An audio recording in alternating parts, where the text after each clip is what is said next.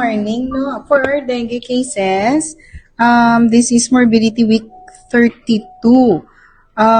We have a total of 389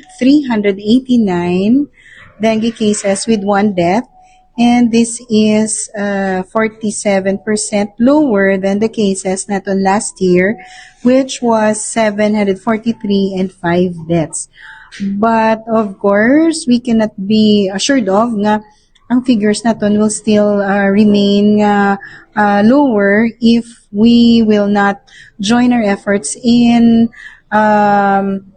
eradicating some breeding places sa aton nga mga lamok. Kaya as we know, they can breed basta may collected water kita within our area. Doc, ang reported death, ano na nga month to? This was the 8-year-old na female, June Paniyata. I-intensify ito sa bundok pagi sa mga schools?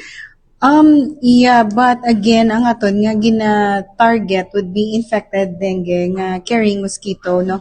That means, as per DOH nga guideline, we need to address kung may dengue cases kita. So, amo na ang aton gina-address. But, if we are telling, if we are told na mapafag because of increasing mosquito population without documented nga dengue case, we cannot do that. Kaya it's part of the pest control nung work.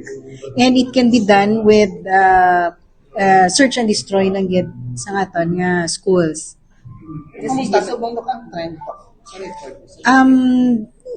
Although we have decreased pa kita nga cases, but medyo after nagulan-ulan, tunod-ugad damo-damo ato nga cases. So which is, of course, expected basta mag-inulan nga hindi naton masunod pangita ang breeding place ang aton nga mga lamok. Advice mo to sa mga parents, especially ng mga bata. Okay, this is not just for parents, but this is for everybody, both for the young and the old, na it would be our best effort, na collective effort, sang LGU ta, sang CHO, DOH, and of course the community na after, especially sang ulan-ulan, kwaon tagid ang mga collected nga mga tubig sa aton palibot. And of course, kung masense mo nga dukadamo sang lamok nga nagalupad-lupad both sa aga kag sa hapon or sa gabi, it means may breeding place na dira siya sa inyo nga lugar. So we need to look into both sa sulod kag sa guwas sang balayta nga wala kita sang tubig.